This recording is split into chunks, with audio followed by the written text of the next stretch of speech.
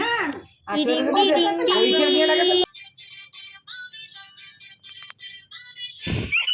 সকাল সকাল মৃত্তিকার ঠাকুমা যাবে কলকাতা, তাই মৃত্তিকা চলে এসছে এখানে দিদার কাছে। আমার মা আর কি আমাদের বাড়িতে এসছে, যেহেতু শাশুড়িমা থাকবেন না তাই মাকে আমি ডেকেছি আমার কাছে। কারণ সারাদিন ছোটো বাচ্চা নিয়ে ধরো আমার রান্নাবান্না অনেকটা টাফ হয়ে যাবে, তো বাড়ির সমস্ত কিছু রান্নাবান্না এটা সেটা মাই সামলে নেবে আর আমি বাবুকে। আর তার সঙ্গে সঙ্গে মায়ের সঙ্গে আমার ছোটো দুটো বোনই, ওরাও কিন্তু চলে এসেছে অলরেডি। সারাটা দিন জুড়ে এত খেলাধুলা, এত হই হুল্লোড়, এত মদ মস্তি হয়েছিল সেদিনকে যে কী বলবো, সবটাই তোমাদের সঙ্গে শেয়ার করবো। ওদিকে তো আমার শাশুড়ি মা রেডি হয়ে গেছেন, আর এদিকে মৃত্তিকাকে প্রণাম করছেন, কারণ ছোটো বাচ্চা সেই স্বয়ং ভগবানের রূপ। তাই মৃত্তিকাকে আমরা যখনই বাড়ি থেকে বেরোই সবাই প্রণাম করেই বেরোই। তো যাই হোক, এখানে মৃত্তিকাকে একটু আদু আদু চলছে, আর আমার বড় যাবে আমার শাশুড়ির সঙ্গে। কাল 10টায় বাস ছিল, ঘুরতে 9টা 15 মতন। তো যাই হোক, সকালে রান্না বান্না অর্ধেকটা আমার শাশুড়ি মা করেছিলেন আর অর্ধেকটা আমার মা করে দিয়েছিলেন। তো মাথা খারাপ হয়ে যাচ্ছে। হাই উঠছে গো, ঘুমোই না রে, ওর গতি খারাপ। অন্যান্য দিন তো মৃত্তিকা সোনা সকালবেলাতে ঘুম থেকে, মানে ওই ভোরবেলাতে ঘুম থেকে উঠে আবার ঘুম করে, কিন্তু সেই দিনকে ভোর আর কি ওর পিসিগুলো মাসিগুলো চলে এসেছিলো, তো ওই ঘুমানোর তো কোনো জো নেই, তাই আর কি ঘুমানোটা হয়নি। সেকেন্ড হাফে যে ঘুমটা, তাই আর কি মৃত্তিকার হাই উঠছিল, তো সেটাই মা আমাকে বলছিল। আমি যেহেতু বাবুর সামনে ছিলাম, তো আমাকে দেখে তো ও আর কি, মানে ওর সামনে যদি আমি থাকি আর ওকে যদি কেউ কোলে নিয়ে থাকে তো সেটা খুব অন্যায়। কারণ ও কেন, মা কেন আমাকে নিচ্ছে না আর কি, ওর মতে সেটাই আর কি বলে। তো সেই জন্য কান্নাকাটি করছিল। তো যাই হোক, তারপর আর কি শাশুড়িমা চলে যাওয়ার পর আমরা খাওয়া দাওয়া করে নিই। খাওয়া দাওয়ার পরে এখানে বুনিদের সঙ্গে আর কি খেলাধুলা করছিল। মানে ও খেলাধুলা করতে করতে এতটাই আর কি মনোযোগ সহকারে ও খেলাধুলা করে যে আর কি খাওয়া ঘুম সবটাই আর কি বাদ দিয়ে দেয়। সঙ্গে সঙ্গে আমার বুনিগুলোও আর কি ওদের খাওয়া টাওয়া ওদের সব কিছুই মনে থাকে না, বলতে গেলে ওরাও ভুলে যায়। আর শাশুড়িমা হচ্ছেন মোমোসোনা, একদম বলতে গেলে মায়ের মতন। আর মোমোসোনা শাশুড়িমাকে ছাড়া থাকতেই পারে না। মোমোসোনা শাশুড়িমার হাতে খেয়েই অভ্যস্ত, আর শাশুড়িমা ছাড়াও কাউরই হাতে খাই না, সে কি অবস্থা।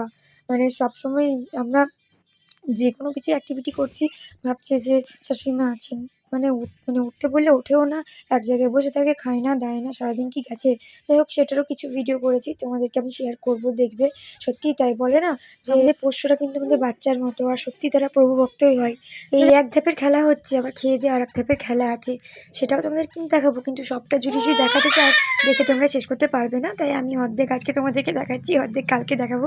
আমি তো ওদেরকে নিয়েছিলাম, আর মা ওদিকে রান্না বান্না করছিল, আর একবার করে আসছে বাবুকে দেখে যাচ্ছে। এই দেখো, সব সময় তো এত লোকজন থাকে না, কিন্তু যখন ও এত কিছু সবাইকে দেখে, এত সবাই আছে ওর ধারে কাছেও কিন্তু ভীষণ আনন্দ পায়, যেমনটা এখন দেখছো। ও তো ছোটো বাচ্চা, মুখে তো বলতে পারে না, কিন্তু এক্সপ্রেস না করতে পারলেও কিন্তু বোঝাতে যাই বলো। মাসিদের তো প্রতিদিন দেখা মিলবে না, তো যতক্ষণ আছে মাসিদের আদর নিয়ে নিই। ওদিকে বাবুকে তো আমি যেহেতু ফোন দেখাই না, সেই জন্য ওরা মোবাইলে আর কি গান লাগিয়েছিল, আর গান লাগিয়ে বাবুকে এখানে নাচানাচি করাচ্ছিল। তার সঙ্গে সঙ্গে ওর যতগুলো খেলনাপাতি ছিল সেইগুলোকে ওরা আর কি ওর সামনে তুলে ধরে নানা রকম ইঙ্গিত ভঙ্গিত করে ওকে খুশি করার চেষ্টা করছে। তোমরা দেখতেই পাচ্ছ, মৃত্তিকা সোনামা কিন্তু মনে মনে এতটাই খুশি অনুভব করছিল, দেখে আমার এত আনন্দ লাগছিল যে কী বলবো। কারণ ও খুশি হয়েছে বললেই ও কিন্তু চুপচাপ ওইরকমভাবে, ওরা যেরকমভাবে করছে ওইরকমভাবেই ও কিন্তু অ্যাক্টিভিটি করছে।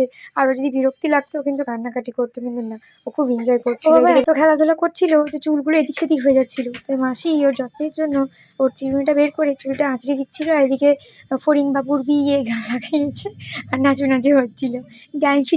দিনগুলো কীভাবে পেরিয়ে গেল, কীভাবে ঘুরে গেল, কীভাবে পরিবর্তন হয়ে গেলো। একটা টাইম এরকম ছিল যে আমি বড় বোনগুলোকে এরকমভাবে আর কি খেলাধুলা করিয়েছি, এরকমভাবে আর কি ওর সঙ্গে খেলাধুলা করতাম ওদের সঙ্গে প্রত্যেক দিন। কারণ আমি যদি মামাবাড়িতে থাকতাম, আর এখন বড় বোনিরাই ওর বড় মাসি, মানে বড় বোনই ওর যদি বড় মাসি হয়, ও এরকমভাবে খেলাধুলা করাচ্ছে। তখন তো সেরকম ভালো ক্যামেরা ফোন থাকতো না, যদি ক্যাপচার করে রাখতাম তোমাদেরকে দেখাতে পারতাম। সত্যি আমার বুনিগুলো এতটাই লোক, এখন প্রচণ্ড ব্যস্ত মৃত্তিকা, কারণ প্রচণ্ড মনোযোগ স্থাপন করে ড্রাম বাজানো হাতিটা নিয়ে খেলাতে ব্যস্ত। আর এদিকে এদের দেখো,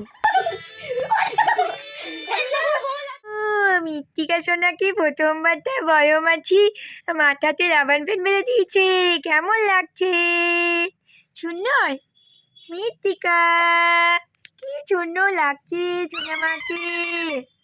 মৃত্তিকা, এই যে মৃত্তিকা, ও মা। মৃত্তিকা খেলু করতে ব্যস্ত, তাকাও বাবা গো। ওদিকে শাশুড়িমা চলে যায়, তাই মোমোর কি দুঃখ, সেটাই ফোনে শাশুড়িমাকে বলছিলাম আর দেখাচ্ছিলাম।